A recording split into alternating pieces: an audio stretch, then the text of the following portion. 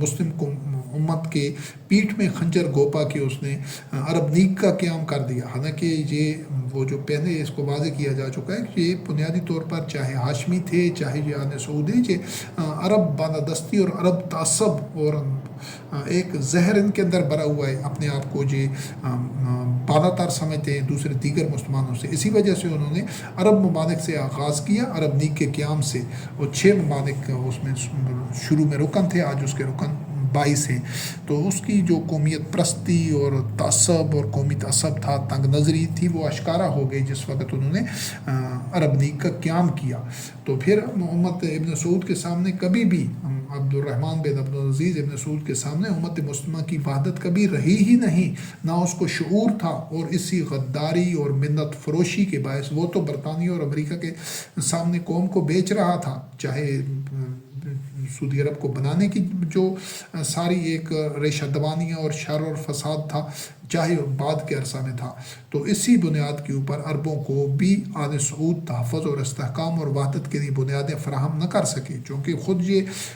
بکھرے ہوئے تھے، ٹکڑے ٹکڑے تھے. آگے پھر وقت نے ثابت کیا کہ جو کچھ عراق کے ساتھ ہوا اور شام اور ان خطوں میں، تو وحدت ممکن ہی نہیں تھی، کیونکہ ان کی بنیاد شر کے اوپر تھی، تعصب کے اوپر تھی، تفرقہ کے اوپر تھی، اللہ کی کتاب کے اوپر نہ اس کی مملکت کی بنیاد تھی، نہ یہ قرآن کریم کے اصول اور خطوط اور بنیادوں کے اوپر یہ آج ہیں نہ اس وقت تھے. تو پھر اس کے بعد یہ متعدد، یہ پچھلے 7-8 اشروں میں جب سے یہ اسرائیل وجود میں آیا، تو متعدد عرب اسرائیل جنگوں میں اور جو دیگر ان کے درمیان ایک کلیشز ہو رہے ہیں، 91,000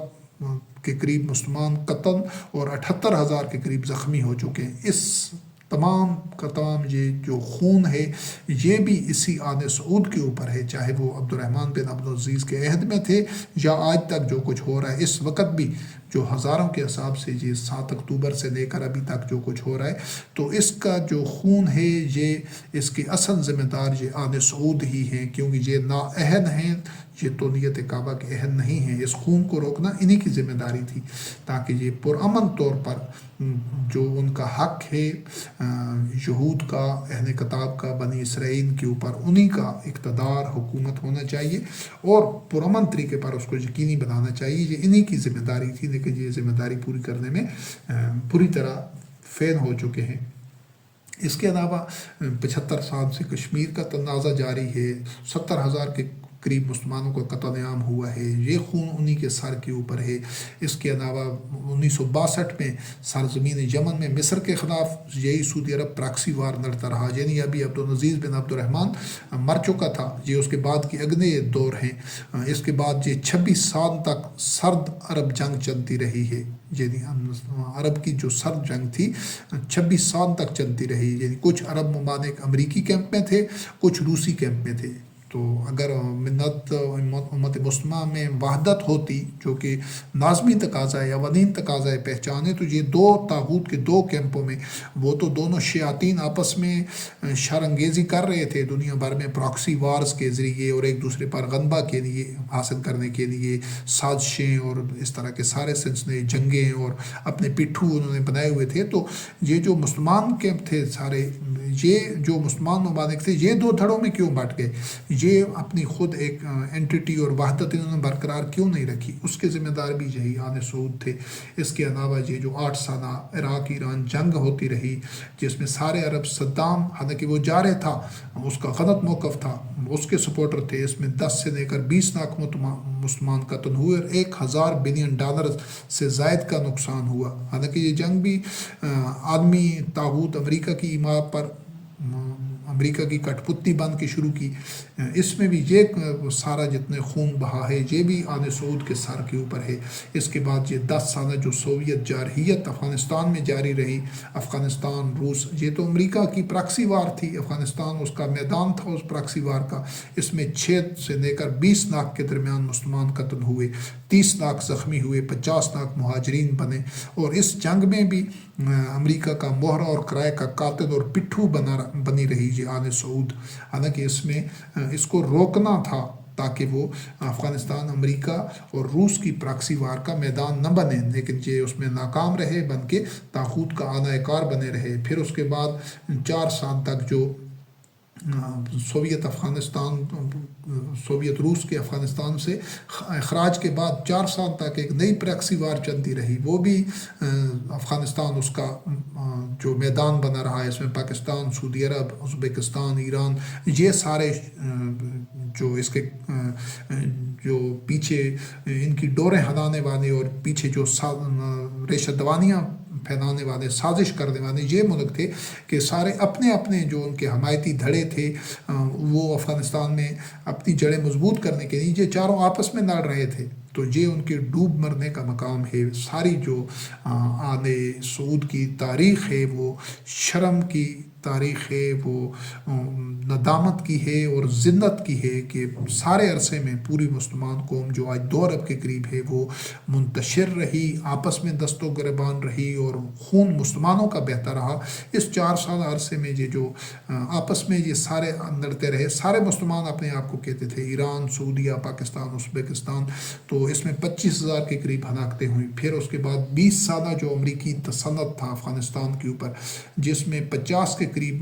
جو ممالک تھے جو اپنے آپ کو مسلم کہتے تھے وہ، اور دیگر جو ممالک غیر مسلم تھے وہ سب امریکی زیر کمان تھے۔ اس میں 2 لاکھ کے قریب طالبان اور سونیئنز اور سیکورٹی فورسز کے لوگ قتل ہوئے، سب وہ مسلمان تھے۔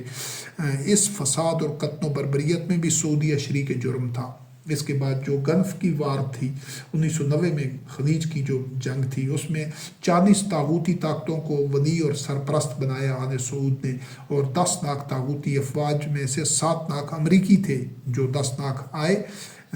وہ سعودی عرب میں اس کے تحفظ کے نام پر، ان میں سے 7 لاکھ امریکی فوجی تھے، اور 676 ارب ڈالرز اس جنگ کی آگ میں جھونک دیے گئے۔ 1 لاکھ عراقی ہلاک اور 50 لاکھ کے قریب بے گھر ہوئے۔ پھر جو 8 سالہ عراق کے اوپر امریکی حملہ تھا 2003 سے 2011 تک، اس 8 سالہ جنگ میں 40 ممالک پھر بھی وہ امریکہ کے زیر کمان تھے، طاغوت کے۔ اس سے پہلے بھی وہ 40 ملک جو اکٹھے ہوئے تھے وہ بھی طاغوت کی زیر کمان تھے۔ اب شرم اور ڈوب مرنے کا مقام ہے ان بے حمیت آل سعود کے لیے کہ یہ خود ان کی آدمی طاغوت کی چوکھٹ پر سجدہ ریز ہیں، اور خود ملت ابراہیم ہونے کا اور اس بیت اللہ کے متولی ہونے کا دعویٰ کر رہے ہیں، اور اس پر قبضہ بھی کر رکھا ہے کہ جب بھی کوئی ایسا مارکہ دنیا میں ہوا، فساد، شر فساد کی آگ بھڑکائی گئی، تو سب سے پہلے یہ خود بھی ایندھن بنے، ان کے پٹھو اداکار اور ان کے عباد الطاغوت بنے، اور بقایا دیگر جو نام نہاد مسلمان حکومتیں ہیں، عوام ہیں، ان کو بھی اس آگ میں جھونکا، اور خون مجموعی طور پر اکثریت پوری دنیا میں جتنے یہ تذکرہ ہو چکا ہے، بیشتر جگہوں پر مسلمانوں کا ہی خون بہا، اکثریت۔ تو اس میں بھی یہی ہوا کہ جو 8 سالہ امریکی جنگ تھی عراق کے خلاف، اس میں 10 لاکھ عراقی ہلاک اور زخمی ہوئے، $1 ٹریلین جنگ کی آگ میں جل گئے۔ پھر بوسنیا میں جو 3 سالہ عرصہ تھا، اس میں مسلمانوں کی نسل کشی کی گئی، 1 لاکھ مسلمان تقریباً قتل ہوئے، 20 لاکھ ہلاکہ بدر ہوئے، اور سینکڑوں مساجد مسمار ہوئیں۔ اس پوائنٹ کو یاد رکھنا کہ بوسنیا میں سینکڑوں مساجد مسمار کی گئی تھی۔ پھر اس کے بعد چیچنیا میں روسی جارحیت کے نتیجے میں 1 لاکھ مسلمان قتل ہوئے اور 5 لاکھ بے گھر ہوئے، مسلمانوں کی نسل کشی کی گئی۔ پھر دوسری جنگ میں بھی اسی طرح ہوا، 80,000 مسلمان موت کے گھاٹ اتارے گئے، روس کے زیر تسلط ہیں۔ تو ابھی 2011 سے لے کر آج تک لیبیا میں جو سول وار اور عالمی فوجی جارحیت اور مداخلت کی، اس کو کھنڈرات میں تبدیل کر دیا لیبیا کو، اور لاکھوں لوگ بے گھر ہوئے، $576 ارب کا نقصان ہوا۔ اس میں بھی 18 طاغوتی ممالک کے اتحاد کا حملہ امریکی کمان میں ہوا تھا۔ تو 2011 میں جو کویت کے اوپر سعودی اور ایرانی پراکسی وار تھی، یعنی یہ شیاطین، چاہے وہ کوئی بھی ان کا فرقہ ہو، چاہے وہ ایران کی صورت میں ہوں، سعودی عرب کی صورت میں ہوں، یا دیگر کچھ شیاطین ہیں جو مختلف فرقوں کی صورت میں جو بھی ہوں، یہ آپس میں پراکسی وارز تو مختلف ملکوں میں، مختلف خطوں میں، دنیا کے کونے میں لڑتے رہے، لیکن یہ خبیث کبھی بھی مل کر دنیا میں جو شر اور فساد جو طاغوت نے، امریکہ نے اور برطانیہ نے اور دیگر طاغوتی قوتوں نے پھیلائے ہوئے، اس کا راستہ روکنے کے لیے اکٹھے نہیں ہوتے، آپس میں ایک دوسرے کا خون بہاتے رہے ہیں۔ یہ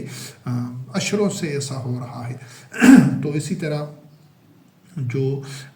کویت میں بھی پراکسی وار لڑی جاتی رہی، لوگ لوگوں کو ابھارا گیا، بھڑکایا گیا احتجاج کے لیے، پھر سعودی اور برطانیہ کی مداخلت سے فوج کشی سے اس کو کچل دیا گیا، پھر 2011 سے شام کا المیہ ہے وہاں پر بھی سعودی عرب کی اور ایران کی پراکسی وار چلتی رہی، پھر طاغوتی مداخلت سے 7 لاکھ شامی ہلاک ہوئے، 1,40,40,00,000 بے گھر ہوئے اور پناہ گزین ہوئے، 24 لاکھ بچے تعلیم سے محروم ہوئے اور 530 ارب ڈالرز تک کا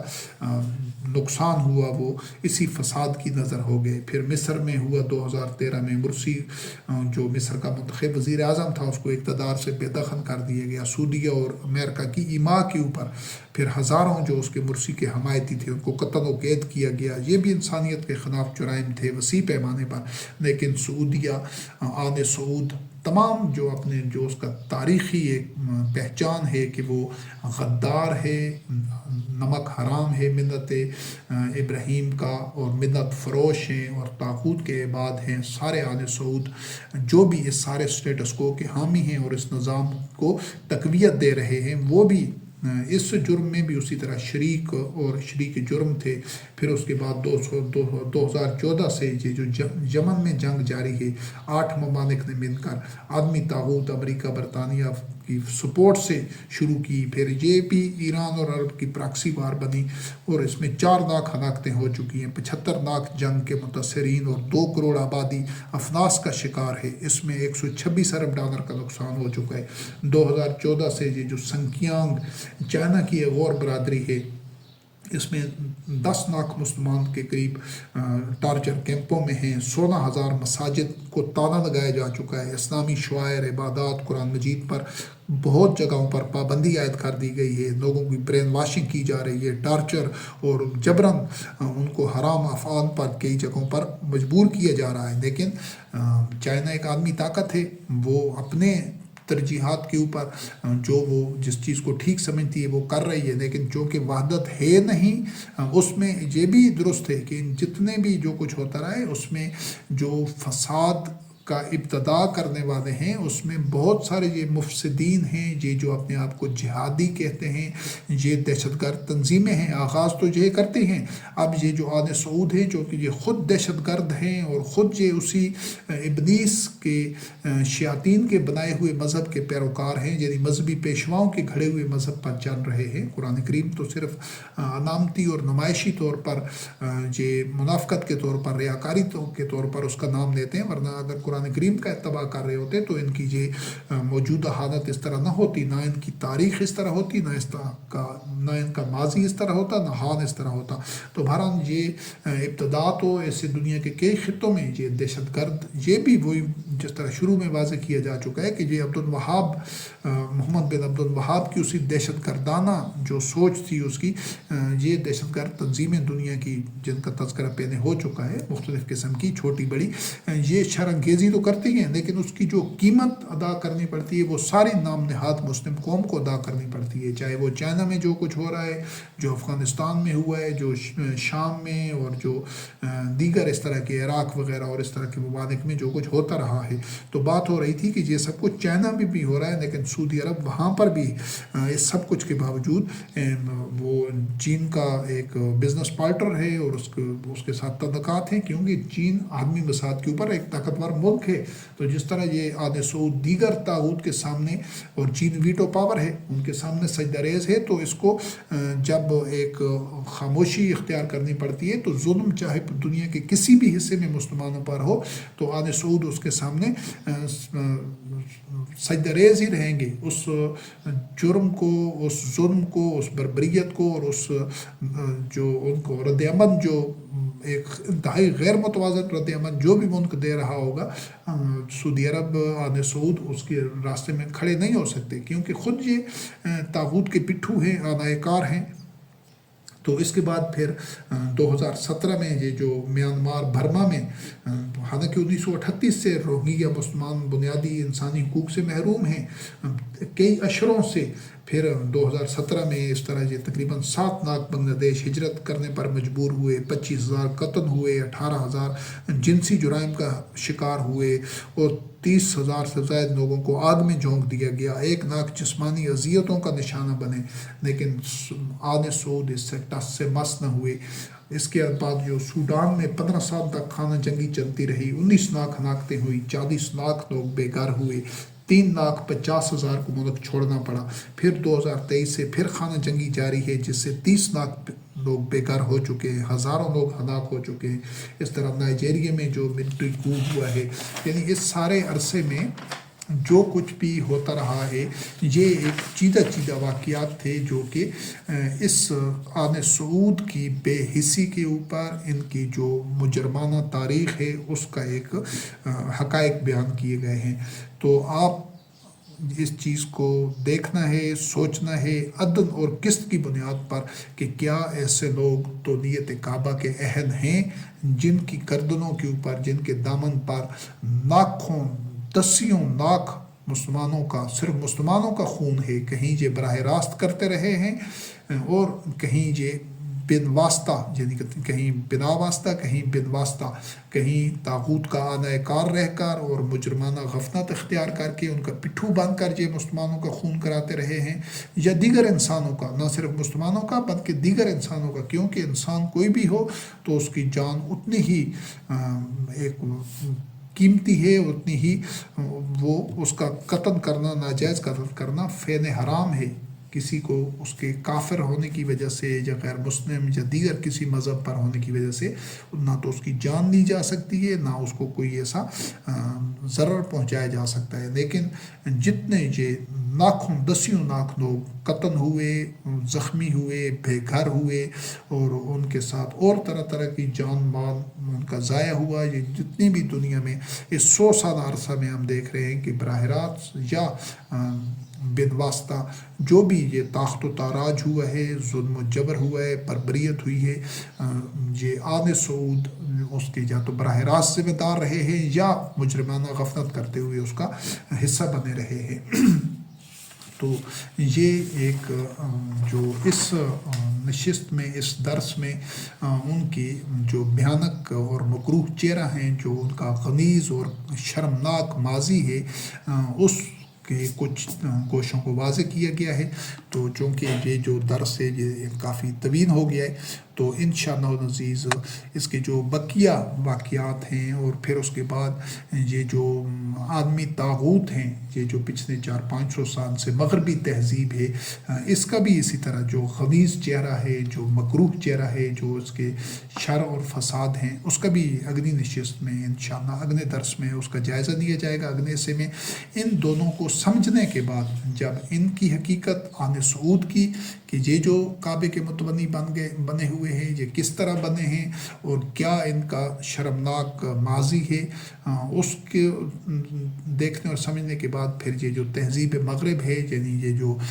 برطانیہ اور نیٹو اور فرانس اور جرمنی جو استعماری طاقتیں تھیں، یا یہ جو امریکہ ہے اور ابھی اس کے جو ہواری ہیں یا ویٹو پاورز جو ہیں، پھر ان کے شرمناک اور سیاہ کردار کو اور ان کی شر اور فساد کو بیان کیا جائے گا۔ اور آخری حصے میں پھر یہ ہے کہ تولیت کعبہ کے جو حقیقی اہل ہیں وہ ابراہیم خلیل اللہ علیہ السلام کی ملت، ذریت اور جو اس کے اہل ہیں، ان کے پاس انشاءاللہ باذن اللہ جب ان جو غاصب جو قبضہ